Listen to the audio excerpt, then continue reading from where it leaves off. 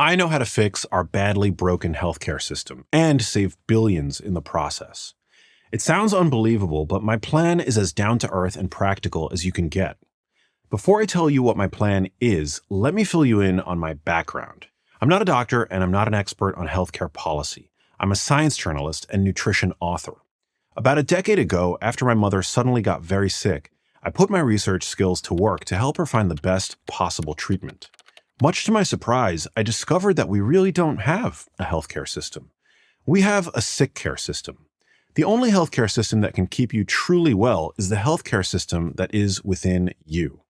I'm talking about your own miraculous body. Miles of blood vessels, muscle fibers, and nerve pathways that have only one purpose: to keep you alive, moving, thinking, and thriving. And it's amazingly good at it. That's how we save our current healthcare system, by not using it. We shouldn't have to rely on doctors, hospitals, and insurance companies. Yeah, they can save us from disaster, and they often do, but they can't make us well. If you take care of yourself, you likely won't need medical intervention. And if you don't take care of yourself, sooner or later you become a permanent patient, and the insurance companies, the hospitals, and big pharma have you exactly where they want you. So, time to take control of you, your mind, and your body. Let's look at 5 ways you can do that. Eat better, sleep better, move, resist, and engage. These are all things your body wants you to do, is designed to do. Eat better. You literally are what you eat. Food is one of the great pleasures of life, and I'm all for indulging in it. Eat everything, but make sure that everything you eat has value. Eat real food, meat, fish, chicken, vegetables, fruit. Are you never going to eat a French fry or a piece of cake again? Of course not. But make them a special treat, not a regular part of your daily diet. The best way to do this is to not bring them into the house. The old line, "I can resist anything but temptation," is so true. So don't tempt yourself. Keep the bad stuff out of the cupboard and out of the fridge. You'll save yourself money and give your body a break. Win-win. Sleep better. Your body repairs itself while you sleep. If you don't get enough sleep, nothing will work as it should.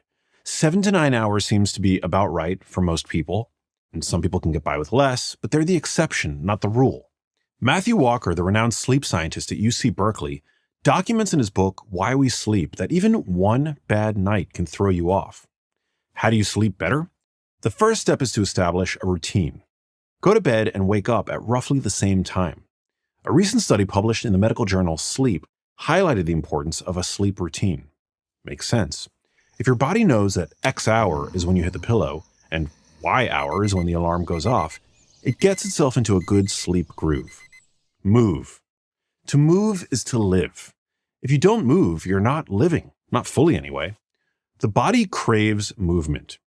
Walking is movement, so is climbing stairs, hiking, jogging, swimming, and cycling. Sitting on the couch, driving a car, and hunching over your laptop is not movement. Your blood needs to circulate. You need to circulate. Find time every day to move.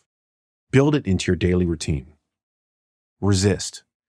The most important resistance movement you'll ever engage in is resisting gravity.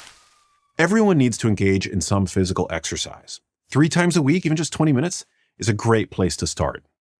That exercise should involve pushing against the deeply human desire to do nothing.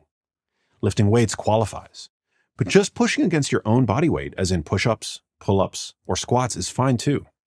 If you don't use your muscles, they'll atrophy, they'll grow weaker, and so will you. It's as simple as that. Engage. We are social animals. We need other people. We need community. Loneliness is a real problem, and social isolation is not healthy. The National Institute of Aging says that prolonged bouts of isolation are the equivalent of smoking 15 cigarettes a day. In addition, a Harvard study found that having good friends is a key predictor of longevity. Find a religious community, join a club, volunteer for a charity. Like anything worthwhile, making friends takes some work. If you want friends, you need to be a friend. Eat better, sleep better, move, resist, engage. Take care of your body, and it'll take care of you. I'm Max Lugavere, host of the Genius Life podcast for Prager University. Thank you for watching this video. To keep PragerU videos free, please consider making a tax-deductible donation.